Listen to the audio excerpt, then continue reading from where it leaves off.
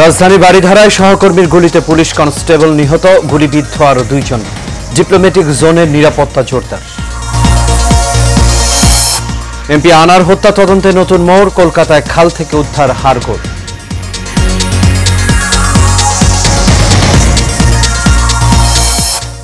এবং সন্ধ্যায় টানা তৃতীয়বারের মতো প্রধানমন্ত্রী হিসেবে শপথ নেবেন নরেন্দ্র মোদী।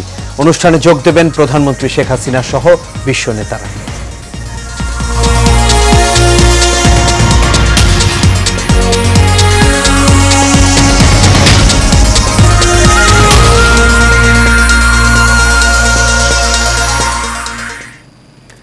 সবাইকে স্বাগত এশিয়ান নিউজে। দর্শক, পুরো সংবাদ জুড়ে আপনাদের সঙ্গে আছে আমি আনোয়ার রাজ। এতক্ষণ শুনছিলেন বিআরবি কেবল ইন্ডাস্ট্রিজ লিমিটেড সংবাদ শিরোনাম। এবার চলে যাচ্ছে পুরো খবরে।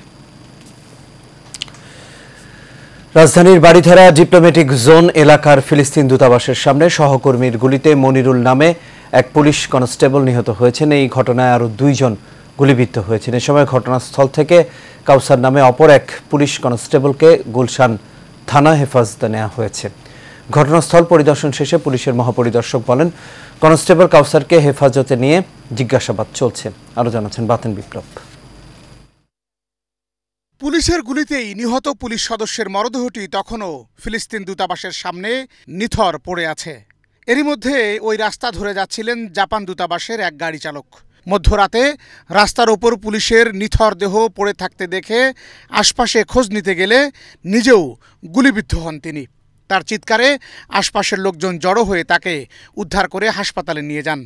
ডিউটি শেষ করে অ্যাম্বাসেডর থেকে আসার পরে এখন একটা পুলিশ পড়ে আছে। দেখলাম একটা হাতে গুলি লাগছে, হাতের এখানে ছিঁড়ে গেছে, আর একটা পেটে গুলি লাগছে, পায়েও লাগছে। এই 2টা আমরা ডাক্তার বলছে এই 2টা গুলি লাগছে। এদিকে খবর পেয়ে ফিলিস্তিন দূতাবাসের সামনে যায় আইনশৃঙ্খলা বাহিনীর সদস্যরা। সেখান থেকে ঘাতক পুলিশ কাউসার আলীকে হেফাজতে নেয় তারা। পরে নিহত পুলিশ মনিরুল ইসলামের পরিচয় নিশ্চিত হয় গোয়েন্দারা। এ ঘটনায় পুলিশের ঊর্ধ্বতন কর্মকর্তারা ঘটনাস্থলে উপস্থিত হন। ভোরে ঘটনাস্থলে যান পুলিশ প্রধান চৌধুরী আব্দুল্লাহ আল মামুন। তিনি বলেন, কাউসার আলীকে হেফাজতে নিয়ে জিজ্ঞাসাবাদ করা হচ্ছে। কাউসার আলীর গুলি করা এলোপাথারি গুলিতে কনস্টেবল মনিরুল ইসলাম ঘটনাস্থলে মারা যায়। আক্রমণকারী কনস্টেবলকে আমরা নিরস্ত্র করেছি, থানায় নিয়ে যাওয়া হয়েছে। আমরা তাকে জিজ্ঞাসাবাদ করছি। ঘটনার পর দূতাবাস এলাকায় নিরাপত্তা জোরদার করা হয়েছে। বাতেন বিপ্লব, এশিয়ান টেলিভিশন, ঢাকা। আওয়ামী লীগের প্লাটিনাম জুবিলিতে বিএনপি সহ বিভিন্ন রাজনৈতিক দলকে আমন্ত্রণ জানানো হবে বলে জানিয়েছেন দলটির সাধারণ সম্পাদক ওবায়দুল কাদের। সকালে রাজধানীর বঙ্গবন্ধু এভিনিউয়ে যৌথ সভায় এসব কথা বলেন আওয়ামী লীগের সাধারণ সম্পাদক। এ সময় ওবায়দুল কাদের বলেন, আগামী 23 জুন সোহরাওয়ার্দী উদ্যানে সমাবেশ করবে আওয়ামী লীগ। পরে বিএনপি প্রসঙ্গে কাদের বলেন, দলটির আবারও আন্দোলন করার কথা শুনলে হাসি পায়। কালো টাকা সাদা করার প্রসঙ্গে ওবায়দুল কাদের বলেন, সাইফুর রহমান অর্থমন্ত্রী থাকা অবস্থায় কালো টাকা সাদা করার ব্যবস্থা করেছিলেন। খালেদা জিয়া নিজে কালো টাকা সাদা করেছেন। এই সময় ওবায়দুল কাদের আরো জানান, বেনজির আজিজ আওয়ামী লীগের কেউ নন, তাদের দুর্নীতির বিচার করবে এই সরকার।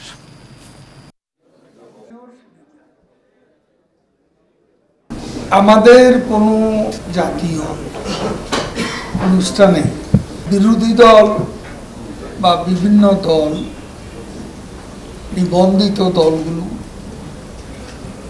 আমরা তাদেরকে আমন্ত্রণ করি।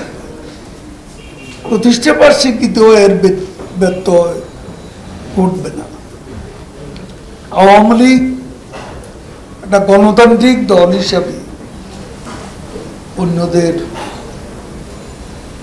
আমাদের অনুষ্ঠানে আমন্ত্রণ করার রেওয়াজ আমাদের মধ্যে আছে এবং সেটা অব্যাহত থাকবে। কলকাতার ফ্ল্যাটে সংসদ সদস্য আনোয়ারুল আজিমকে খুনের ঘটনায় গ্রেপ্তার সিয়াম হোসেনের দেয়া তথ্যের ভিত্তিতে দক্ষিণ 24 পরগনার ভাঙড়ের একটি খালে তল্লাশি চালিয়েছে কলকাতা পুলিশের অপরাধ তদন্ত বিভাগ। ওই খাল থেকে কিছু হাড়গোড় উদ্ধার করা হয়েছে বলে জানিয়েছে সিআইডি।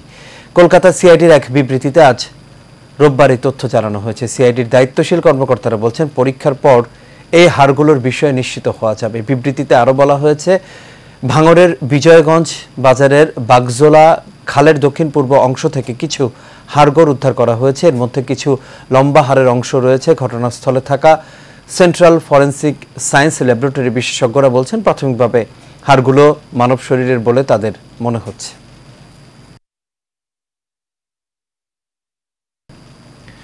কুমিল্লার বুড়িচং উপজেলার জামতলা ভারতীয় সীমান্ত এলাকায় বিএসএফ এর গুলিতে বাংলাদেশি এক ব্যক্তি নিহত হয়েছে। বিএসএফ এর গুলিতে নিহত হয়েছে তা অস্বীকার করেছে বিএসএফ, জানালেন 60 বিজিবি অধিনায়ক। ঘটনাটি খতিয়ে দেখছেন বিএসএফ। ঘটনার বিষয়ে বিএসএফ ও বিজিবি আলোচনা চলছে।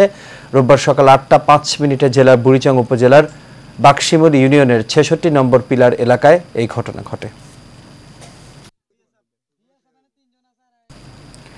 নেত্রকোনা সদর উপজেলার কাইলাটি ইউনিয়নের ভাষাপাড়া এলাকায় জঙ্গি আস্তানা সন্দেহে একটি বাড়িতে তল্লাশি চালিয়েছে সোয়াট এন্টি টেররিজম। প্রাথমিক তল্লাশিতে একটি ভারতীয় পিস্তল, 17 রাউন্ড গুলি, একটি ডামি AK-47 রাইফেল উদ্ধার করে। আমিনুল ইসলাম মনির পাঠানো তথ্য ছবিতে বিস্তারিত জানাচ্ছেন শেখ ফাহিম। নেত্রকোনা সদর উপজেলার কাইলাটি ইউনিয়নের ভাষাপাড়া এলাকার সন্দেহভাজন জঙ্গি আস্তানায় তল্লাশি চালিয়েছে সোয়াট টিমের সদস্যরা। পুলিশ জানায়, সদর উপজেলার ওই বাড়িটি প্রফেসর আব্দুল মান্নান নামের এক ব্যক্তি। গ্রামের নির্জন স্থানের ওই বাড়িটি ভাড়া নিয়ে জঙ্গিরা তাদের কার্যক্রম চালাচ্ছিল। পুলিশের অভিযানে একটি বিদেশি পিস্তল, 17 রাউন্ড গুলি, ওয়াকি-টকি ও পর্যাপ্ত জঙ্গি কাজে ব্যবহৃত সরঞ্জাম উদ্ধার করা হয়। একটি বিদেশি পিস্তল, 17 রাউন্ড গুলি, এটা হচ্ছে কি জেনুইন। এছাড়াও খেলনা পিস্তল, খেলনা AK-47, হ্যান্ডকাপ, তারপরে আপনার ওয়াকি-টকি, এরকম আরো অনেক ধরনের প্রশিক্ষণ সামগ্রী রয়েছে এবং ওই রুমটাকে সাউন্ড প্রুফ করার মতো যে বিষয় সেগুলো রয়েছে। আমরা প্রাইমারিলি একটা ভিজিট করেছি, তো সেখানে আমরা কিছু এক্সপ্লোসিভ ডিভাইসের উপস্থিতি লক্ষ্য করেছি এবং আরও কিছু এক্সপ্লোসিভস ম্যাটেরিয়ালস আছে কিনা সেটার জন্য অলরেডি ভিতরে আমাদের বোম ডিসপোজাল ইউনিট সার্চ করছে। বিস্ফোরক থাকতে পারে এই সন্দেহে বোম ডিসপোজাল ইউনিট তল্লাশি চালায়। এদিকে পুলিশের ও ডিবির কয়েকজন সদস্য ওই বাড়িটি নজরদারিতে রেখেছেন। Sheikh Fahim, Asian television. মিয়ানমারে জেলে বন্দী থাকা 45 জন বাংলাদেশি নাগরিক দেশে ফিরেছেন। সকালে দেশে ফেরেন তারা। এর আগে শনিবার সকালে রাখাইন রাজ্যের সিতোয়ে শহরের জেলে বন্দী এসব নাগরিক মিয়ানমার থেকে বাংলাদেশের উদ্দেশ্যে রওনা হন। রাখাইন রাজ্যে চলমান সংঘাতের কারণে সীমান্ত পেরিয়ে বাংলাদেশে আশ্রয় গ্রহণকারী মিয়ানমারের প্রতিরক্ষা বাহিনীর সদস্যদের ফিরিয়ে নিতে কক্সবাজারের উদ্দেশ্যে আসা মিয়ানমার নৌবাহিনীর একটি জাহাজে করে ওই 45 জন দেশে ফিরেছেন। এই দফায় 45 জন সহ গত এক বছরে মিয়ানমার বাংলাদেশ দূতাবাস মোট 247 জন বাংলাদেশি নাগরিককে দেশে ফেরত পাঠাতে সক্রিয় ভূমিকা পালন করেছে।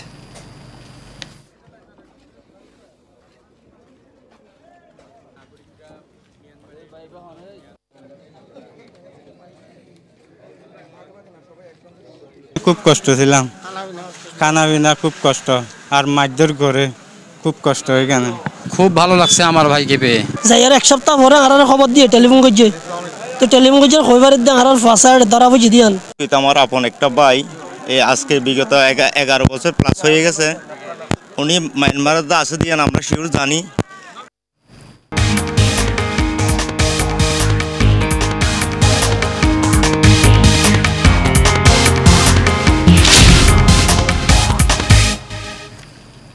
এবার আন্তর্জাতিক প্রসঙ্গ। ভারতের প্রধানমন্ত্রী হিসেবে টানা তৃতীয়বারের মতো শপথ নিতে যাচ্ছেন নরেন্দ্র মোদী। সন্ধ্যায় রাষ্ট্রপতি ভবনে এই শপথ গ্রহণ অনুষ্ঠিত হবে। এই অনুষ্ঠানকে কেন্দ্র করে শনিবার দিল্লি পৌঁছেছেন বাংলাদেশের প্রধানমন্ত্রী শেখ হাসিনা। তিনি ছাড়াও প্রতিবেশী দেশ ও ভারত মহাসাগরীয় অঞ্চলের আরও 6 দেশের সরকার ও রাষ্ট্রপ্রধানরা এই অনুষ্ঠানে আমন্ত্রিত হয়েছেন। বিস্তারিত জানাচ্ছেন অনুকৃতি আদিত্য।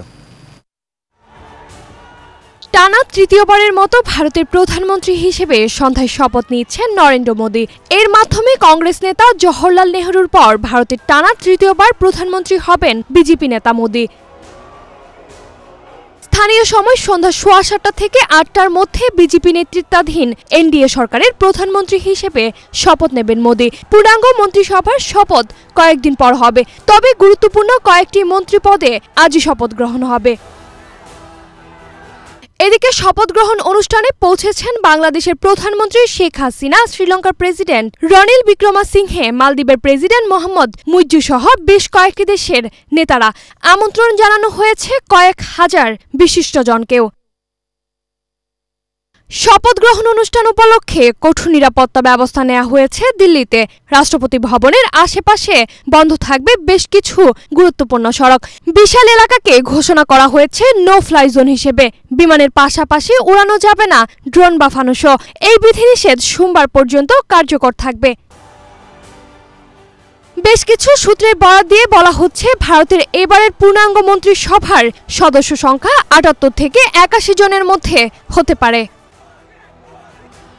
অনুকৃতি Aditya, Asian television. আমাদের এই পর্যায়ে থাকছে উপজেলা নির্বাচনের খবর।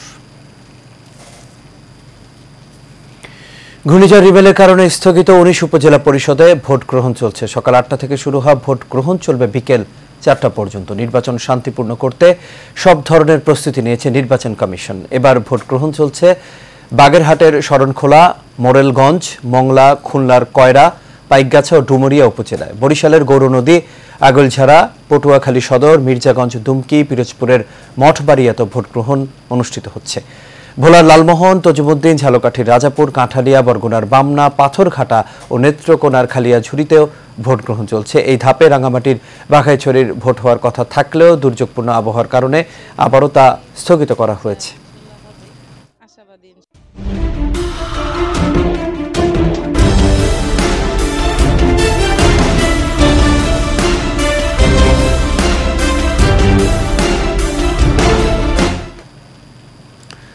সারা বাংলার খবর। বগুড়ার আলোচিত শীর্ষ সন্ত্রাসী ব্রাজিলকে কুপিয়ে হত্যা করা হয়েছে। শনিবার দিবাগত রাতে কাহালু উপজেলার মুরাইল ইউনিয়নের পোড়াবাড়ি এলাকায় সন্ত্রাসীরা তাকে হত্যা করে। এ সময় সে মোটর সাইকেল যোগে নিজের গ্রামের বাড়ি মুরাইল ইউনিয়নের পোড়াপাড়া পশ্চিম পাড়ায় ফিরছিল। রাস্তার পাশে লুকিয়ে থাকা সন্ত্রাসীরা তাকে কুপিয়ে তার মৃত্যু নিশ্চিত করে চলে যায়। এ সময় তার মোটরসাইকেলের পেছনের সিটে একজন আরোহী ছিল। সন্ত্রাসী হামলায় সে পালিয়ে যায়। কাহালু থানার ওসি সেলিম রেজা জানান, পূর্ব শত্রুতার জের ধরে প্রতিপক্ষ সন্ত্রাসীরা তাকে কুপিয়ে হত্যা করে। সে পুলিশের তালিকাভুক্ত শীর্ষ সন্ত্রাসী। তার বিরুদ্ধে অস্ত্র, মাদক, ছিনতাই, চাঁদাবাজি সহ বিভিন্ন অভিযোগে ২৮টি মামলা রয়েছে বলে জানান পুলিশ।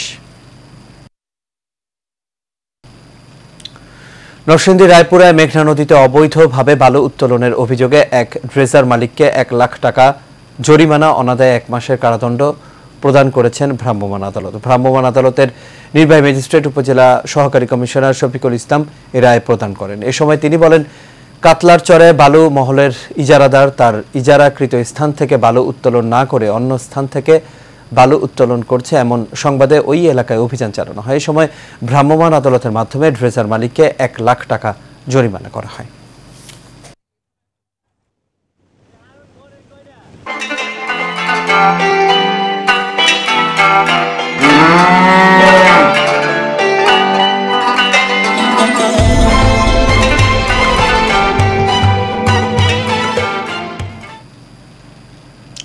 এবার কোরবানির প্রস্তুতির খবর। কোরবানির ঈদকে সামনে রেখে বরাবরের মতো গরু হৃষ্টপুষ্ট করতে ব্যস্ত সময় পার করছেন কুষ্টিয়ার খামারিরা। প্রাকৃতিক পরিবেশে বাড়িতে বাড়িতে পারিবারিক আদলে গরুকে মোটা তাজা করছেন তারা। তবে খাবারের দাম অতিরিক্ত বেড়ে যাওয়ায় গরুর দাম নিয়ে দুশ্চিন্তা খামারিরা। এবারের ঈদে কোরবানির হাট মাতাবে বাংলার ডন, মাফিয়া, ডলার ও ডিজাইন নামের বেশ কয়েকটি আকর্ষণীয় গরু। আমিন খান রাব্বির ক্যামেরা হাসিবুর রহমান রিজুর রিপোর্ট, জানাচ্ছেন অনুকৃতি আদিত্য। কুষ্টিয়া সদর উপজেলার বড় আইলচারা গ্রামের গুলজার হোসাইন অনেক বছর ধরে কোরবানির গরু মোটা তাজা করে আসছেন। সম্পূর্ণ প্রাকৃতিক উপায়ে প্রস্তুতকৃত এইসব গরু আসন্ন কোরবানি ঈদে বিক্রি করবেন ভালো দামে। তার খামারে 14টি বড় গরু থাকলেও সবকিছু ছাড়িয়ে সবার নজর কাড়ছে হামজা, বাংলার ডন, বাংলার মাফিয়া, ডলার ও ডিজাইন নামের গরুগুলো। এই খামারে এক একটি গরুর দাম হাঁকাচ্ছেন 10 থেকে 12 লাখ টাকা করে। আমরা খাবার তো সম্পূর্ণ গরুর উপরে নির্ভর। আমার গরু ছাড়া তো আমার আর অন্য কোনো আবাদ নেই, অন্য কোনো কাজ কামও নেই। আমরা সবার গরুই পুষি হবে। যেহেতু এবছরে যদি সরকার যদি বাইরে থেকে গরু না আনে, এবছরে আমরা ন্যায্য মূল্য পাবো। এই জেলায় প্রায় প্রতিটি বাড়িতেই পালন করা হয় গরু। যা জেলার চাহিদা মিটিয়ে যাচ্ছে ঢাকা সহ অন্যান্য জেলায়। তবে গোখাদ্যের দাম বৃদ্ধি সহ গরুর পরিচর্যা খরচ বেড়ে যাওয়ায় আসছে কোরবানি ঈদে ন্যায্য দাম পাওয়া নিয়ে শঙ্কায় খামারিরা। কাঁচা ঘাস, বিচিলি, মোটা চাল, চিকন চাল সবকিছু খাবার খাওয়ায়, তো এত টাকা বিক্রি করতে পারি না। তো সরকার আমাদের ন্যায্য মূল্য যেটি এবার না দেয়, আমরা খামারিরা দেখা যাচ্ছে পথে বসে যাওয়ার মতন কায়দা হয়ে যাবে। জেলা প্রাণী সম্পদ কর্মকর্তা বলছেন, খামারিরা যাতে সঠিক দাম পায় সেদিকে লক্ষ্য রেখে অনলাইনের মাধ্যমে গরু বিক্রি সহ বেশ কিছু পদক্ষেপ নেওয়া হয়েছে। খুরা রোগ বা লাম্পি স্কিন ডিজিজ রোগ এগুলো হয়, তাহলে যারা কুরবানির গরু পালন করে তাদের জন্য খুব ক্ষতির একটা সম্ভাবনা থাকে। এই কারণে আমরা তাদেরকে এই বিষয়ে প্রশিক্ষণ দিয়েছি যাতে করে এই ভ্যাকসিনগুলো আগেই দেওয়া হয়, এবং খামারিরা আমাদের পরামর্শ মতো তারা ভ্যাকসিন দিয়েছে, যার কারণে এবারে এই ধরনের কুরবানির গরুতে কোনো ধরনের রোগ দেখা যায়নি। এবার জেলার 18,000-এর বেশি খামারি 1 লাখের বেশি গরু ও 1 লাখ ছাগল এবং বেশ কিছু মহিষ কোরবানির জন্য প্রস্তুত করেছেন। অনুকৃতি আদিত্য, এশিয়ান টেলিভিশন। কোরবানির ঈদকে সামনে রেখে মৌলভীবাজারের গবাদি পশু পরিচর্যায় ব্যস্ত খামারিরা। বাজারে ভালো দাম পেলে লাভের আশা তাদের। জেলা সদর সহ 7টি উপজেলার ছোট বড় 3 শতাধিক খামারে এবার কোরবানির জন্য গবাদি পশু প্রস্তুত করা হচ্ছে। খামারিরা বলছেন, প্রাকৃতিক খাবার দিয়ে গবাদি পশু মোটা তাজাকরণ করা হচ্ছে। বাজারে গোখাদ্যের দাম বেশি হওয়ার পাশাপাশি গরু পালনে অন্য বছরের চেয়ে এবার খরচ বেশি হয়েছে, তাই বাজারে ভালো দাম পেলে লাভের আশা তাদের। জেলা প্রাণিজ সম্পদের অধিদপ্তরের তথ্য অনুযায়ী মৌলভীবাজারে এবার 96,000-এর বেশি গবাদি পশু কোরবানির জন্য প্রস্তুত করা হচ্ছে। প্রতি কুরবানিদের সময় আমি 10টা 15টা 20টা গরু বিক্রি করে, গরুগুলা সব ন্যাচারাল খাবার দিয়ে গরু লালন পালন করি। মেডিসিন আমরা ব্যবহার করি না, প্রাকৃতিকভাবে আপনারা গরুগুলা নিতে পারবা। খুব সুন্দর গরু আছে। আমার এখানে 70,000 থেকে 2.5 লক্ষ টাকার পর্যন্ত গরু আছে। আমার এখানে একটা সুবিধা হলো লাইভ ওয়েটে এখানে আমরা বিক্রি করে থাকি। কোরবানির ঈদ উপলক্ষে মৌলভীবাজার জেলার 7টি উপজেলায় গরু হৃষ্টপুষ্টকরণ কার্যক্রম চলমান আছে, এবং আমরা খামারিদের বিভিন্ন খামার পরিদর্শন করে খামারিদের পরামর্শ প্রদান করছি। এই পর্যায়ে থাকছে HM স্টিল চট্টগ্রাম সংবাদ।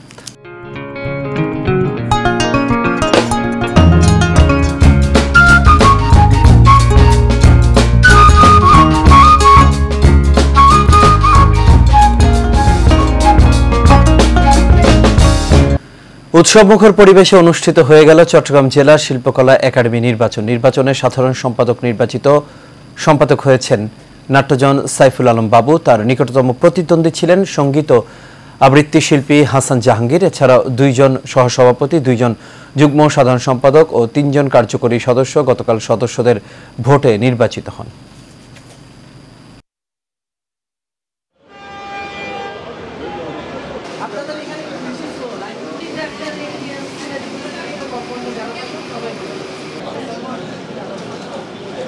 রাজনীতিমুক্ত শিল্পকলা গণমুখী এবং শিল্পী বান্ধব একটি শিল্পকলা আমরা চাই যে আরো বেশি এখানে আমরা অ্যাক্টিভ থাকি, সবাই সব শিল্পীরা মিলেই। আমাদের শিল্প সংস্কৃতি চর্চার প্রকৃত কেন্দ্রবিন্দু হবে শিল্পকলা।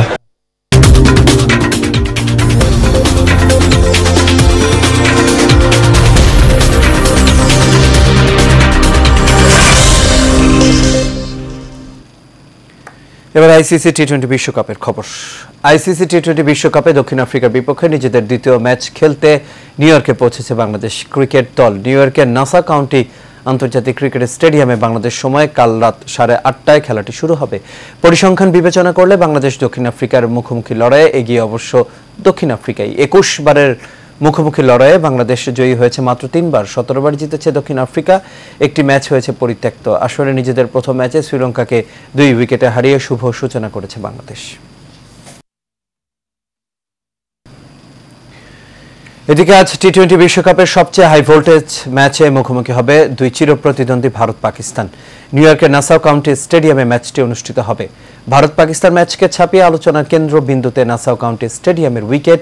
এই উইকেটে ব্যাটিং করাটা ব্যাটারদের জন্য বড় চ্যালেঞ্জিং হয়ে দাঁড়িয়েছে। ইতোমধ্যে 3টি ম্যাচ থেকে সেই প্রমাণও মিলেছে। টি20তে 12 বারের দেখায় 8টিতে জয় পেয়েছে ভারত, বিপরীতে মাত্র 3টি ম্যাচে জয় পাকিস্তানের আর একটি ম্যাচ ড্র হয়েছে। বিশ্বকাপে 7 বারের দেখায় মাত্র এক ম্যাচে জয় পাকিস্তানের, আর ভারতের জয় 5টিতে, বাকি ম্যাচটি ড্র হয়েছে।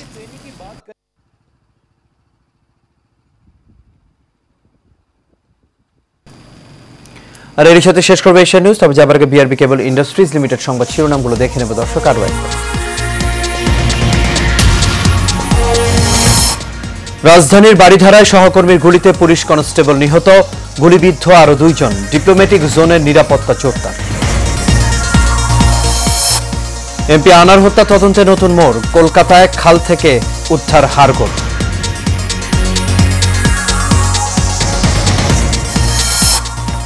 এবং সন্ধ্যায় টানা তৃতীয়বারের মতো প্রধানমন্ত্রী হিসেবে শপথ নেবেন নরেন্দ্র মোদী। অনুষ্ঠানে যোগ দেবেন প্রধানমন্ত্রী শেখ হাসিনা সহ বিশ্ব নেতারা। দর্শক, এই ছিল আমাদের এখনকার আয়োজন। আমাদের পরবর্তী সংবাদ দেখার আমন্ত্রণ রইল। এতক্ষণ সাথে থাকার জন্য সবাইকে ধন্যবাদ।